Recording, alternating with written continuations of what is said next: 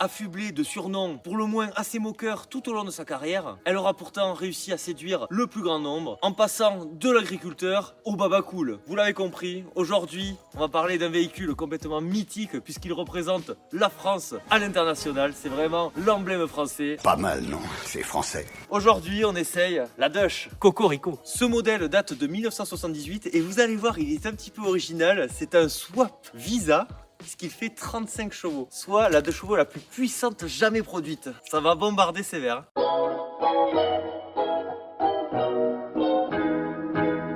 La 2 chevaux, c'est une voiture bonne à tout faire par excellence. Elle est dotée déjà d'une carrosserie qui encore aujourd'hui est une énigme pour beaucoup de gens. Mais sachez que cette voiture a rendu de bons et loyaux services à énormément de gens. Que ce soit des personnes qui veulent transporter du bois, s'il y a un chemin boueux. Elle peut même embarquer une famille et la mener en vacances. Ça va être un peu compliqué, mais elle le fait parce qu'elle est volontaire. Et c'est vraiment une voiture généreuse. Malgré une présentation assez simple, une puissance modeste, on la retient vraiment comme la voiture bonne à tout faire. Et qui, même si elle est cravachée, elle ne lâchera pas parce qu'en plus de ça elle est très fiable. D'ailleurs sa conception a vraiment été dans le but d'être une voiture bonne à tout faire. Je vais vous citer Pierre Boulanger avant qu'il ne devienne le directeur de Citroën en 1935. Du coup il voulait quoi ce Pierre Boulanger? Une voiture pouvant transporter 2 cultivateurs en sabot, 50 kg de pommes de terre ou un tonnelet, je sais pas ce qu'il y avait à l'intérieur, sûrement du pinard, le bougre. Oh le con! À une vitesse maximum de 60 km/h pour une consommation de 3 litres au 100 km, ce qui était pas mal. Pierre Boulanger disait: ce véhicule doit passer dans les plus mauvais chemins, il doit être suffisamment léger pour être manié sans problème par une conductrice débutante. Ouh là là, là, attention. À l'époque, c'était très novateur comme discours parce qu'en 1935, la place de la femme dans l'automobile, elle n'était pas au top. Son confort doit être irréprochable, les paniers d'œufs transportés à l'arrière doivent arriver intact. Son prix devra être bien inférieur à la traction. Enfin, je vous précise que son esthétique m'importe peu. À l'époque, ce discours est vraiment révolutionnaire parce que je vous rappelle que ces années-là, la voiture c'était avant tout un objet aussi de distinction sociale, destiné plutôt aux riches, aux aristocrates, aux bourgeois, et la vocation de la 2 chevaux va être d'être développée pour une cible plutôt rurale, monsieur tout le monde en quelque sorte, puisque je vous rappelle qu'à cette époque, une personne sur 2 était agriculteur. Je vais te montrer vraiment pourquoi cette voiture était pas chère et assez simple. Vous pouvez le remarquer, les puristes ont peut-être crié, voire pleuré, mais celle-ci a eu quelques petites modifications. Mais ce qu'il faut retenir, c'est qu'on avait un volant, là on avait un tout petit compteur, et puis ensuite il n'y avait pas grand chose quoi. Donc c'était vraiment une voiture développée dans le but d'être simple, pour réduire les coûts de fabrication. Le levier de vitesse, vraiment sympa. Regardez-moi ce petit détail. Ça c'est un détail qui fait plaisir, hein. Notre agent expose. Hop. Oh, ce accoudoir va-t-il enlever? Écoutez, le propriétaire se régale comme ça. Et encore, la modification la plus importante, ça reste le moteur et Atmofil. Mais ça, on le verra tout à l'heure. Comme c'est vraiment une voiture accessible et pas chère, mais il a fallu multiplier les ingéniosités. La vitre, on la replie en 2, on la monte et puis basta quoi. Du coup, regardez, ben là, elle est montée. Super, on peut mettre le coude, sympa. Et là, attention. Oula. C'est le plan le plus long de l'univers. Même pas d'exception. C'est bon, c'est bon. Voilà. C'est hyper rigolo, donc on peut voir la route d'ici. Ouais, c'est marrant. Tour du véhicule, regardez-moi, la 2 chevaux, est-ce qu'on est obligé de la présenter? Je pense qu'on ne la présente plus. Donc c'est un véhicule avec un design de chevauesque, on pourrait dire, parce que il n'y a que eux qui ont fait ça. Hein. C'est presque indescriptible, hein. Donc tu as un capot assez arrondi, tu as quand même des courbes, hein. Un joli passage de roue. On sent que la voiture est quand même ancienne, hein. Un petit look en rondeur des années 40-50 qu'elle a gardé. Cette version étant de la fin des années 70, 1978 exactement, phare carré. Les puristes préfèrent les phares ronds. De toute façon, je pense que les puristes sur cette vidéo, ils vont pas être bien. Du coup, qu'est-ce qu'on retrouve? Un logo Citroën. Après, si on a oublié que c'était une Citroën, on a remis un logo Citroën. J'ai jamais compris ça. Je sais pas si c'est d'origine ou non, les Atmophiles. C'est cool, hein. Sinon, on peut voir que le logo est en or. Ça, c'est quand même pas mal. Sinon, qu'est-ce qu'on note? Donc, c'est la calandre des versions d'après. Plus conventionnelle, on va dire. Moi, j'aime beaucoup les toutes premières. C'est un look vraiment très vintage. C'est un pare-choc en chrome de papier alu.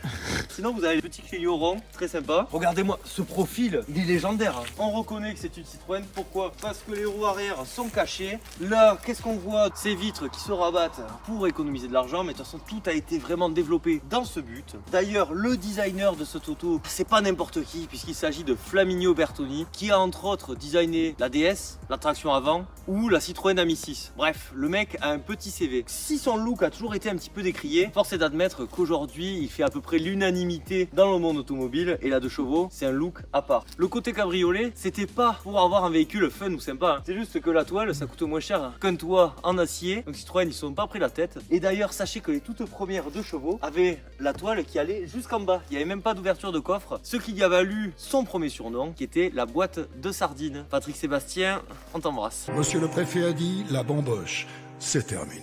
La partie arrière, c'est peut-être la meilleure. Habituellement, pas forcément. Sur les autres 2 chevaux, je vous dirais plutôt que je préfère le profil ou l'avant. Mais celle-ci, elle a quand même un petit charme particulier. Je vous laisse contempler. Les puristes, ne vomissez pas, s'il vous plaît, ou ne mettez pas un dislike. Franchement, je trouve ça hyper drôle. C'est incroyable. Donc, la double sortie d'échappement. C'est pas fini. Nous avons affaire donc à une 2 chevaux GTI. Sinon, bon, le reste, ça reste tranquille. Donc, un petit coffre qu'on verra après. Franchement, sur les feux, ils se sont pas trop embêtés. Et au final, je trouve que ça va vraiment bien à la voiture. Ça la finit bien. On s'installe 2 minutes pour parler de l'histoire de la 2 chevaux. Dans les grandes lignes, parce que si vous voulez la vraie histoire détaillée de la 2 chevaux, ça prendrait 1 heure. Donc bon, on va faire les dates clés. L'aventure 2 chevaux démarre en 1937 où 49 prototypes vont être assemblés. C'est le début d'une histoire incroyable. Malheureusement, la Seconde Guerre mondiale va éclater, sacré allemand. Les Allemands.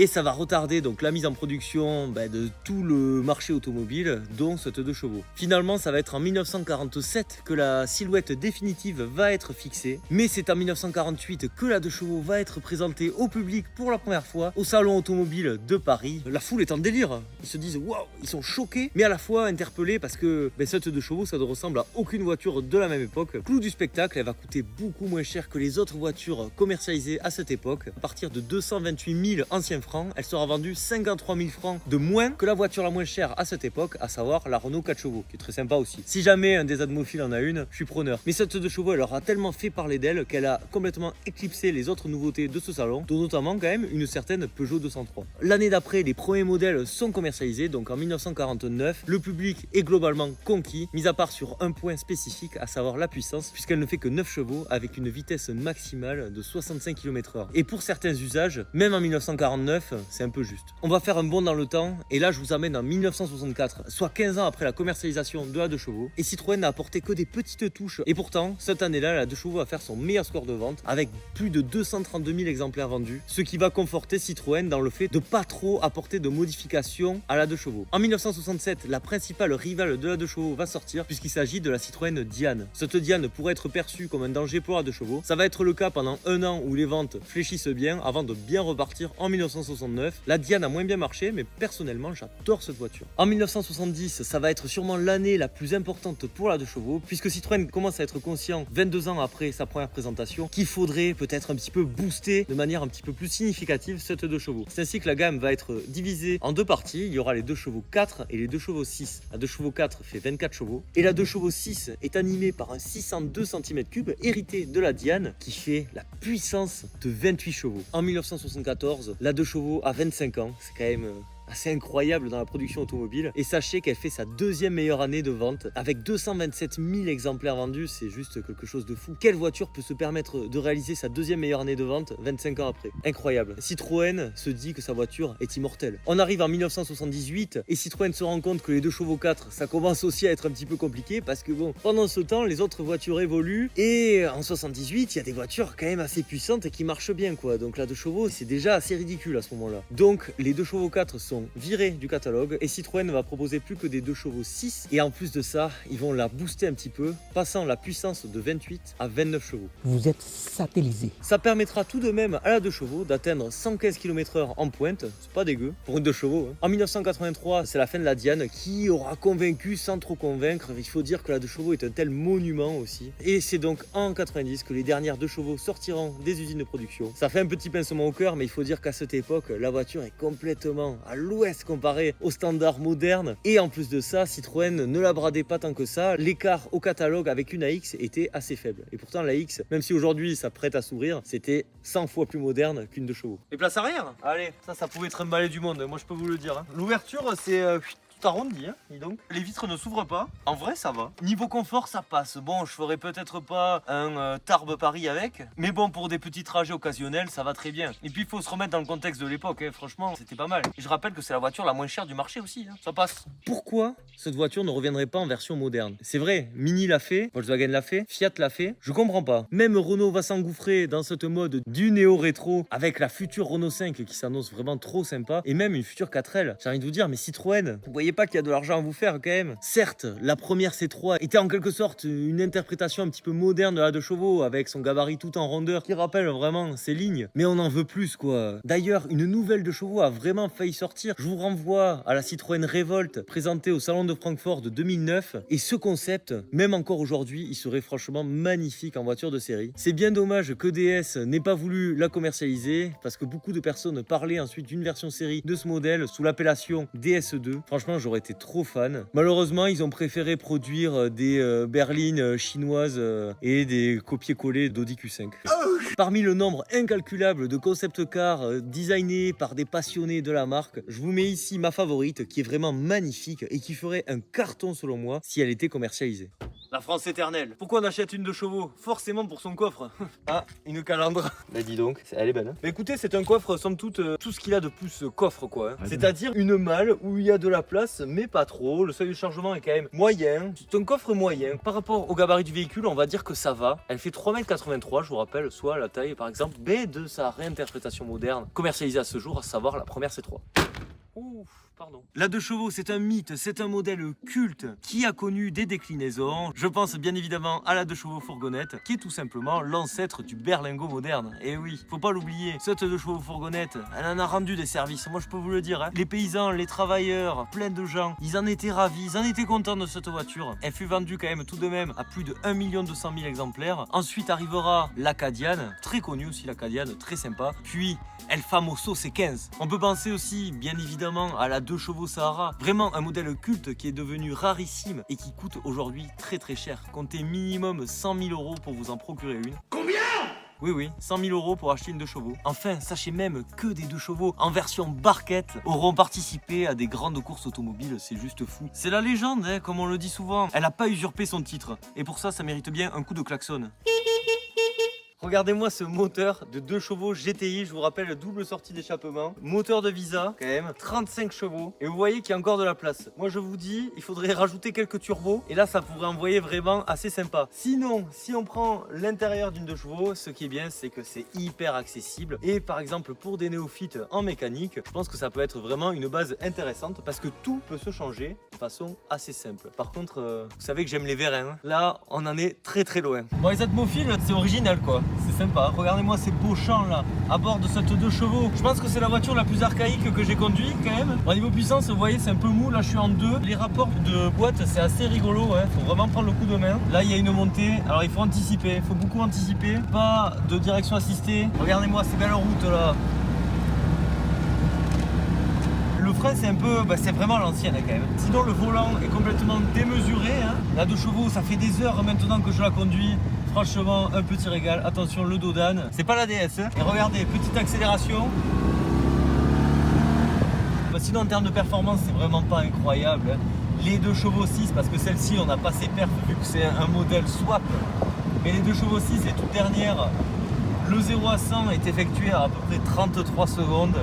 1000 mètres départ arrêté, 45 secondes. On peut dire qu'il y a mieux. On sent qu'elle est swap. Waouh! Wouh! On va s'envoler. Aussi, niveau sécurité, c'est pas ouf. On est à 80 à l'heure. Mais ça fout un peu la trouille. Et ça suffit. Franchement, ça fait trop peur. En conclusion, Citroën, mais sortez-en une nouvelle. Je comprends pas ce que vous attendez. Pourquoi ne pas faire comme Fiat par exemple, qui a bien 2 véhicules du même gabarit, mais au positionnement différent. Je pense à la Fiat Panda et la Fiat 500. La prochaine C3 pourrait servir comme la Fiat Panda de véhicules d'entrée un peu moins cher et peut-être un petit peu plus fonctionnel. Et pourquoi pas nous faire une 2 chevaux plus sympa à l'image de la Fiat 500. Peut-être un peu moins pratique, mais au look ravageur. Franchement, vous avez de l'or dans votre patrimoine et vous en faites vraiment quelque chose de pas terrible. Et ça, je me répète là-dessus, mais parce que ça me fait mal au cœur. Citroën, c'est vraiment la meilleure marque automobile française et c'est trop dommage de gâcher ce patrimoine. C'est vraiment dommage. Bon, les atmophiles, je pense que vous l'aurez compris, la 2 chevaux, c'est un mythe, c'est une légende. Elle a permis de démocratiser l'automobile en France, grâce notamment à son prix accessible et son côté ludique, voire fun. Je souhaite remercier le propriétaire pour nous avoir partager ce modèle qui est unique. Hein. Vous n'en verrez pas deux des deux chevaux comme ça, je peux vous l'assurer. Un grand merci aussi à mon pote derrière la caméra. Bref, les Atmophiles, si cette vidéo vous a plu, faites-le savoir. Posez le like, l'abonnement à la chaîne, c'est hyper important. Le commentaire dans le référencement. Le plus important, c'est quoi? C'est de prendre soin de soi. Prenez soin de vous. C'était Atmo. Je vous dis à la prochaine. Bisous. Ciao. T'avais un 1300 quand même sur la coque. Oui, c'est pour ça. C'est pas pareil. Imagine, t'as le moteur, deux fois, t'as le double du cylindre. Oui, non. Ce confort, ça passe quoi. Putain, mais il y a un moustique qui se fout devant Mais oui, l'objectif quel en plus. enculé, je le vois en plus. Il est là. Le petit radar de recul. Bravo au proprio. Non, mais c'est parce que je pue moi.